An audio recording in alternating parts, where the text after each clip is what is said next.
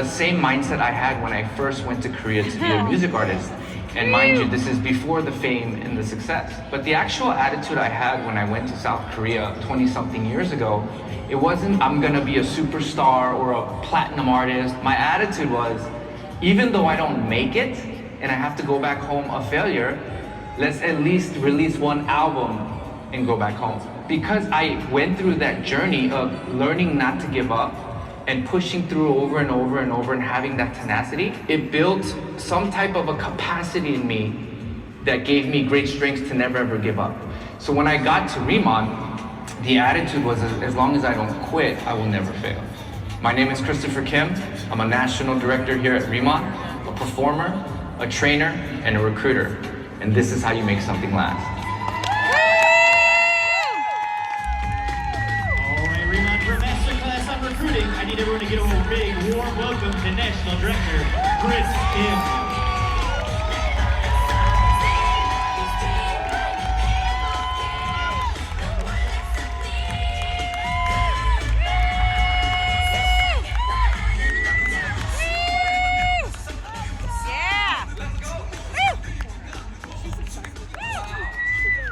What an amazing honor to be on stage before you today. How's everybody doing? Man, what an amazing convention. Wasn't this an amazing master class? Started from mindset, how to do the K-pop up, comp plan, everything you need, you're gonna get from this event. Ladies and gentlemen, welcome to the show. My name is Christopher Kim. I'm a national director here at Riman North America, and today I get to talk to you about expanding your organization.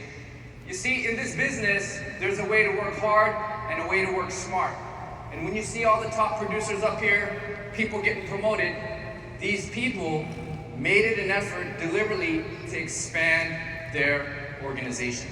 And really, we talk about making money, and that's great and all, but rather than money, money is a tool that can help you design your life how you see fit. And if you're willing to commit just a few short years and master these master classes, you too can attain freedom and live life by design. So let's jump into this. All right. The reality of the matter is you're in business for yourself, but not by yourself.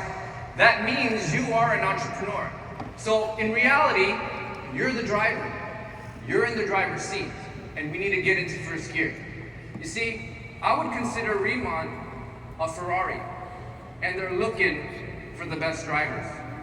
And the best way I see fit to build this business is, at a minimum, locking in your 10 front lines.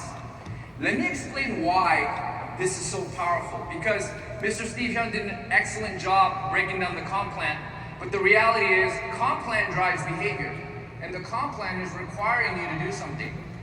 And the way we see it is 10 front lines is the sweet spot for you to go team leader and beyond.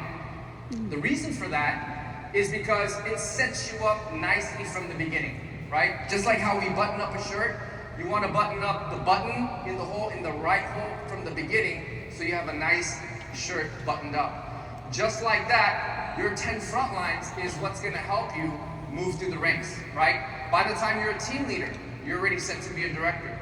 By the time you're a director, you're ready to be set up to be a senior director and national director and on. But the most important part is when you become a team leader and you have 3 senior managers, think about that. You can still have 7 active open line legs that can help you create massive momentum.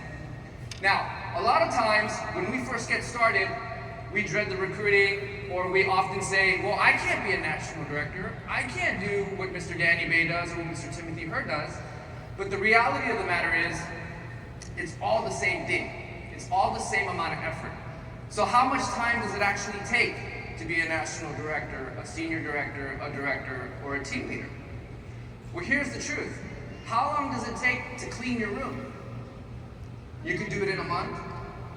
You could do it in 2 weeks. You could do it in a day. And you could do it in several hours. So the reality of the matter is, it's not how long it will take, but it's the amount of effort. And in our business, slow and steady doesn't work. Rather, a short burst of energy, kind of like how a plane takes flight in the beginning, is what's going to set the tone and the course for your business. Okay?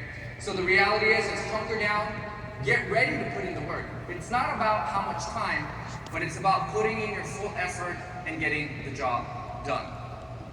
All right, so let's talk about the actual theory of recruiting, right?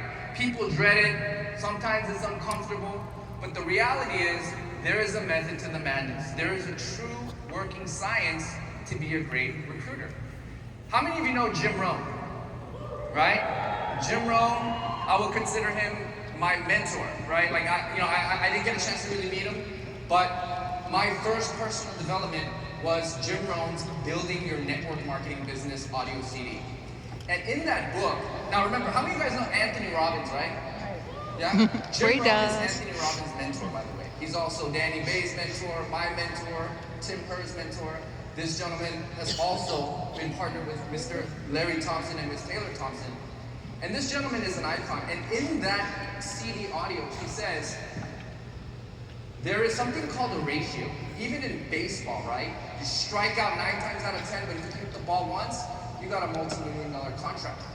And he says, when you do something over and over and over again, a ratio will start to appear for you, right? And in this CD audio, he says, what? Utilize the law of averages. You talk to 10, you're gonna get 1. Think about that. You talk to 10, you're gonna get 1. I remember in my early days, I didn't really know how to navigate this. But I was promised, you talk to 10, you get 1. And I said to people, let me just do a one-on-one with you so you can say no, so I can get that no out of the way to get to that yes. And it's absolutely true. Because the reality of the matter is, your job is not to convince. Your job is to promote and help them make an educated decision with where they are in their life. Once you understand this, you're not going to be scared, you have nothing to lose, and everything to gain. And one thing I want to tell you is, invest in yourself harder than you do anything else. I remember 18 years ago when Mr. Timothy Hurt grilled me. He said, Chris, stop listening to Tupac in your car. Stop listening to Ice Cube. They ain't paying you residual income. Turn your car into a classroom, listen to this audio till you make multiple 5 figures or where you're happy, and don't stop listening to it. And I did exactly that. And I did it because these types of personal development content, they have multiple layers of meanings that when you're going through your journey, those meanings will apply accordingly in your business. So it is absolutely important to take advantage of personal development. I recommend this CD right here. You can listen to it for free on YouTube. It's called Building Your Network Marketing Business. And this is literally going to revolutionize and change your trajectory. I promise. Try it. Now, moving on. When we recruit, okay, I'm going to have all the staff here pass out a list for you guys to take home with you. You guys are going to be able to use this as a memory jogger and jot it down as a tool. But you see, the process of recruiting is because of this acronym right here, NC DART, okay? The reason why we teach never, ever, ever prejudge somebody is because every contact, every new network, everybody coming to the table will either know somebody with a great network, know somebody that has credibility that will instantly boost our brand, or somebody with a burning desire, they're hungry and they're ready to run with you now. They're ready to run yesterday. Or someone with the right attitude, ready to learn, right? Mr. Larry Thompson created multiple millionaires because he was able to identify the right leaders with the right attitude. If you find people with the right attitude, those people are likely going to be your future leaders. How do you identify leaders? You just met them. You don't really know much about them. But they're problem solvers, not problem makers. Their goals are aligned with yours. You share a lot of visions. These are those leaders. These are the people you're looking for. Okay, then there's people with resources. People with resources, they will elevate our brand. They will legitimize our distribution channel. And the people that are teachable, usually these are people that look up to you. Usually people that want to follow you because they know where you're going. Okay? So this is why we never prejudge. You never know who's going to come out of whose list. And the whole purpose of getting the list is to find your NC DART. Okay? Now, when we recruit, The only thing we do is present and teach how to present. That's really the core fundamental of this business, right? It could be a K-pop up, it could be a business presentation. But usually when I launch a brand new frontline, a brand new team, I usually break it down in 3 stages for a brand new person I'm about to launch, okay? And what I say to them is, watch carefully how I conduct my one-on-one, and I want you to do the same exactly how I do it. And I do this specifically to manage the right expectations. I have a friend from Australia, his name is Zach Dean, okay? I know you're in here, and this is how we launched this group. It was just me and him, right? He said he understands what K-beauty is all about, and we started just one by one doing Zooms. And eventually, I started giving him more work to do, and now he's running off and doing his business, and his business is starting to grow and catch momentum. And the whole point of this is to be intentional when you launch a brand new planner. Now, in the recruiting process, when you're sitting with a prospect, what I like to do is break it into 3 stages. Stage 1 is the open, stage 2 is the presentation, and stage 3 is the close. It's getting the commitment, right? Stage 3 is getting the commitment. But during stage 1, okay, stage 2, stage 3, this can take some time. But stage 1, everybody can do this, okay? And this is what's gonna really set the tone for you to have a high chance of people committing to your business. And it's what? Listen. God gave you 2 ears and 1 mouth for a reason, right? We should listen more than we speak. So during the open, what I like to do is I like to ask a lot of questions where I can get to know them. Tell me about your family, tell me about your background, tell me what you like to do, what is your motivation, tell me about yourself. Now, 2 things happen when you start the open with a prospect, okay? The first one, when you let your prospect talk, guess what happens? Their mind, their heart starts to open because you're listening. The second part is you get to see where their hot buttons are and what drives and motivates them. Then you know effectively how to communicate this opportunity to them. Now, when it comes to the presentation, okay, what I like to say is, if you can, launch your business with a K-pop up, okay? Because it's the lowest hanging fruit and very, very easy to do, okay? Because what's gonna happen in a K-pop up is 3 things are gonna happen. People are gonna commit in your business, people are gonna become customers, and people are gonna tell you no, and that's okay. But at a K-pop up, it's scalable. You can see, you can read the room, you can see the human interaction. So when you do a K-pop up, at a bare minimum, you're selling products, your team is expanding, and it's a great platform for you to grow. Other times, we understand that not everybody can commit to a K-pop up, right? So then we move on to a one-on-one, and I deliberately teach that you want to do a K-pop up, and if not, roll it into a one-on-one. And when you're doing a one-on-one, I make the effort to do a demonstration on the palm of the hand, because I know if I'm at a Starbucks, ain't nobody running to the bathroom to go remove their makeup, right? So I make it an effort. I know a lot of you guys, that are big in K-pop up, it's very important to do the facial, but remember, when you can't do a K-pop up, I promise you, try this on the palm of your hand, you're gonna see the instant result of your palm getting hydrated. Literally, right then and there at a Starbucks. And it's very, very effective, okay? And then the last part is promoting our Zoom, right? Whether it's Riman Revealed, Riman Orientation, these are all impending events for you to promote, okay? So, once we do this, we understand not everybody's gonna say yes, some are gonna say no, some might take some time, but when you get to the close, right? The attitude that I expect people to have is having an expectation that they're going to commit with you. Because a lot of times, people are unsure. That's just the reality of the matter. Why? Because it's like this feeling of uncertainty, fear, doubt, but also hopeful, right? Very, very hopeful. So once you understand this, and you have that confidence, sometimes your confidence can be borrowed, okay? So, let's talk about duplication. Okay? Again, duplication also must be intentional. What does that mean? The best way to do this is managing the expectation of a brand new planner that you're gonna launch. Okay? Again, my friend Zach, right? This is exactly how we launched this business, right? In the beginning, I did 90% of the work, and I told him, I'm gonna do the presenting, I'm gonna answer all the hard questions. The 10% you're doing is creating your list. Do the list. Bring me your list. list. And I told him, over time, I might have you do the front half, and I might do the back half. And over time, we're gonna give you more of the work to do. And he understood the assignment because this gentleman also had some experience, but he understood what I was doing. And eventually he started going into the presentation, some of the clothes. He would come back to me, check, ask, and then we would be in a position where we're now collaborating and playing ping pong in a Zoom session, right? So this is actually how the real duplication works. You be the leader, you drive the business. Then you start giving and allocating to the new person intentionally to do some work. Now, they're gonna be nervous, they're gonna be not confident, but that's okay, okay? Let's focus on all the positives, and then at the 90 percentile, you watch your people do it themselves. It's not about the result, it's about developing the leader, okay? All right, so, how many of you guys have been to Mr. Danny Bay's leadership training? Isn't he amazing?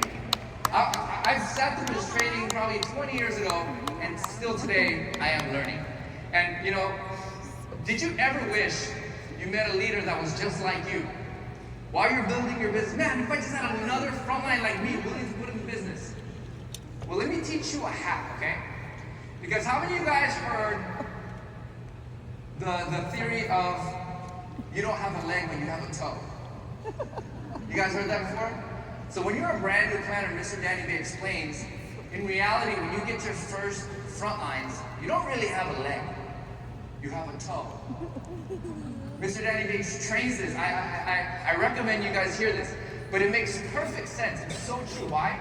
Because the reality of the matter is, how you develop the leg is you jumping into the leg, grabbing your people, and running.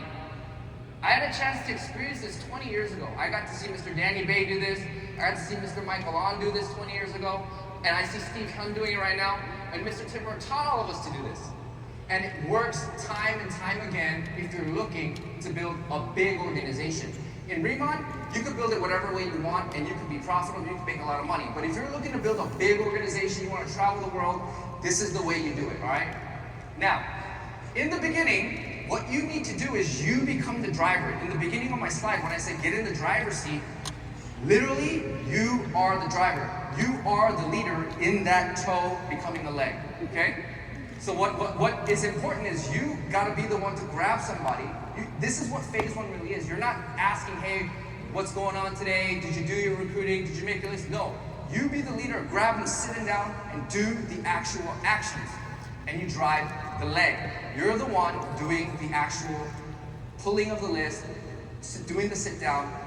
Your brand new prospect is watching what you're doing while the list is being utilized, okay?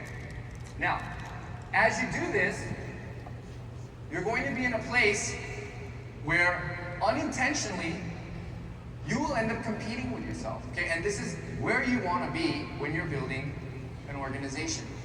You see, Mr. Timothy, her and I, when we look at our business, our goal is to make sure each and every one of our legs are doing over 1 million BP per leg.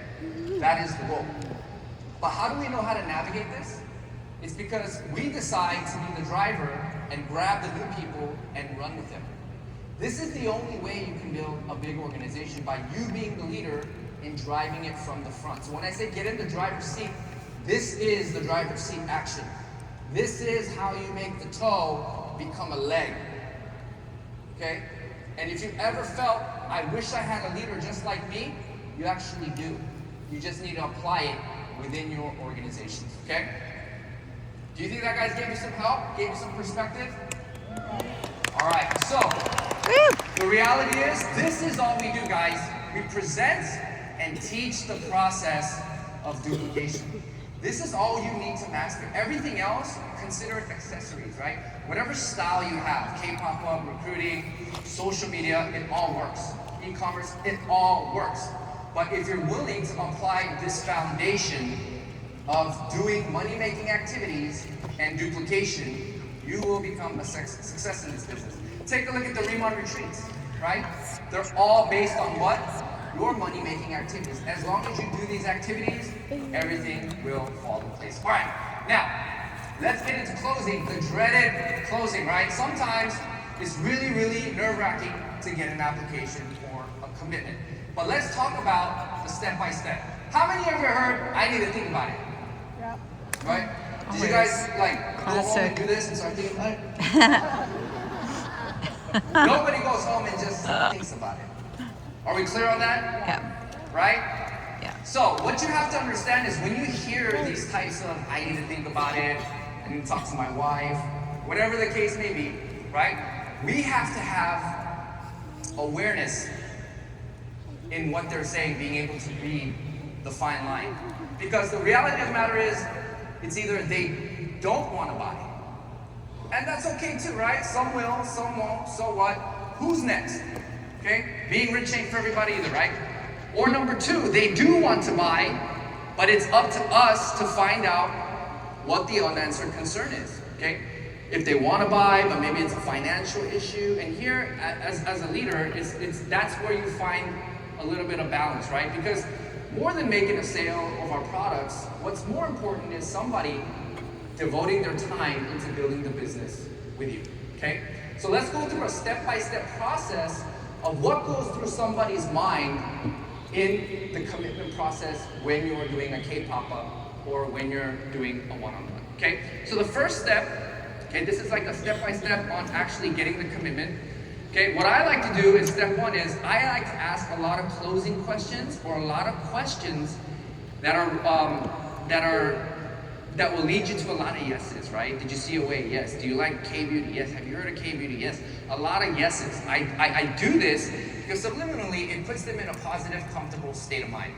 Okay, so I go to the assumptive close, right? The assumptive close is something that actually it's not something you're insisting, but it's an expectation that you're kind of portraying, okay?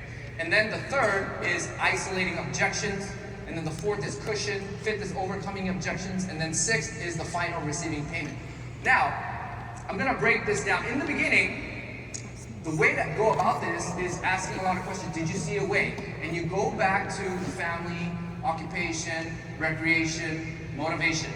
And here is where you want to listen carefully, because based on what they say is how you can navigate the hot button, right? Number two is the assumptive close, right? It's helping them enroll, okay? People often look to the leader, right? A lot of times I help fill out the application. I make the effort to walk them through the back office. Why? Because a lot of times it's about not knowing and being nervous or being unprepared a lot of times. But becoming successful is, even though you don't know it, it's committing and figuring it out as you go. And as a leader, that is our job as we duplicate leaders, okay? Now, when we get to the isolation, it's important to show confidence, because a lot of times people are gonna borrow your confidence, right? If you're confident, they're gonna feel like you can take them where they wanna go. If you're nervous, they're gonna get nervous too, right? So it's important to have posture, okay? Also, number four, feel, felt, found. A lot of times people will say, well, my concern is this, my concern is that. I know how you feel, I felt the same way, but this is what I found out, right? Because why? Obviously here in Riman, we have a lot of documentation that reads the conversation, and you want to lead with a lot of these strong convictions that can give people confidence, okay? Overcoming objections. Now, objections is a good thing. Remember, when somebody gives you an objection, it's because they're still interested, and they want the fear removed. So when you hear an objection, do not get discouraged. And receiving payment, obviously, helping process payment. A lot of times I have like a cashier mindset, right? Like when you're going to the cashier, when you're buying something, I don't think the cashier is like really nervous asking you for payment, right? Like, what would you like to pay? Like, that's not going on. It's very as a matter of fact, right? Same thing. Be matter of fact. Why? Because this product is the truth. You'll never feel guilty selling this product. It's gonna do what it says, affordable luxury, and you're gonna look good doing it. Right? So have confidence, have the cashier mindset. All right, so I want you to understand something. Getting a yes, you must fill these three needs, okay? If you want to get a yes, it's the reason. Does it make clear, logical sense to me, right? Profit. They must believe they're going to get more than what they give. And doable. Is this something I can actually do? These three criteria must be met to a certain degree to get any type of commitment. Right now, every no is also a clue, because success leaves clues. So what do I need to do to change this into a yes? And this is where, over time, you're gonna get good. Because you're gonna realize there's not a one-size-fits-all way, but you're gonna understand, well, if I am able to talk to somebody this way, or I'm able to do it this way, or lead with the product, you're gonna be able to find multiple avenues to do a recruiting campaign, okay? Now, if somebody tells you a no, right, obviously we want them to be a customer, but you need to fall back and look at what was the reason, right? What was the reason why this person actually didn't give me a commitment, right? It's because the reason, profit, or doability hasn't been quite met, okay? So with that said, no simply means not now. So when you get a no, the obvious thing to do is ask them to be a customer, right? Because if you ask them to be a customer, one of two things are absolutely gonna happen, right? They're gonna stay a long-term customer, they're gonna change their face, and they're gonna also have the option to change their finances, right? So they're either gonna join the opportunity or they're gonna stay long-term customers because the product is that phenomenal. Okay, now, as we close, okay, there are several types of people that are good at getting the enrollment, okay? In the beginning, when you first get started, you can become a good closer, okay? Now, closers, they sell features, right? This is where product confidence is. We borrow the history and the story of Riman, and we lead with the opportunity. You can get great results as long as you follow the system. But over time, you start to get good. You start to hit milestones. You start to hit your goals, okay? Then you end up becoming a great closer that has great outcomes. They sell the outcome, right? They're always consistent, they're persistent, they're system-driven, right? These are probably when you get to team leader and director. Okay, because you have this know-how that you've built from being in the field. And then when you get to a top leadership position, the reality is you become an elite closer. Now let's look at all the elite leaders in this company. What are they good at? They're amazing at transferring emotion. They're amazing at having posture, right? A lot of the leaders up here are people we look up to and want to be like. How did they end up here? Because they went through this refining process. And when you get to a point where you get so many no's and you've built a big business, that's when you become elite, because it shows from your body language. So with that said, the reality is this: if it's meant to be, it's up to me. You know, some people overthink risks, but usually people that succeed, they don't look at that. All they really look at is the upside and keeping things simple. So I want to encourage you today, on this Sunday, make a newfound commitment. Take a bet on yourself. Some of you that have met Riman for the first time, I want to let you know how lucky and fortunate you are to be with the next soon-to-be legacy company. You guys are absolutely fortunate to have such great products here into 2026. So here's the call to action, right? My call to action will never change when it comes to expanding your business. It's the handful of the new recruits that can make or change your career. Every leader here, every senior director, team leader, national director, every leader here, at some point their business was in a slump. But there's always a remedy to this. Why? Because all you need to do is go out there and find a brand new warm market with a brand new list, and that slump can reset. So guys, I want to thank you for your commitment today. I want to thank you for participating in the masterclass, and I humbly want to thank you for taking the time to hear my training. The love of my life, my wife, my 3 beautiful children are here. They're my life. These 3 children right here, they're extra smart. This is why I do this every day. Because of these 3 little ones right here. Big Bunny! I love her. But let me tell you something as I close out. Yeah, girl. Every single one of you guys have national director potential. Today, as we end, I want you to find your why. Find your motivation. Because we have a Ferrari. Your Ferrari has arrived, and we're looking for the driver. I thank you guys so much. We'll see you at the top. God bless. We'll see you at the next event.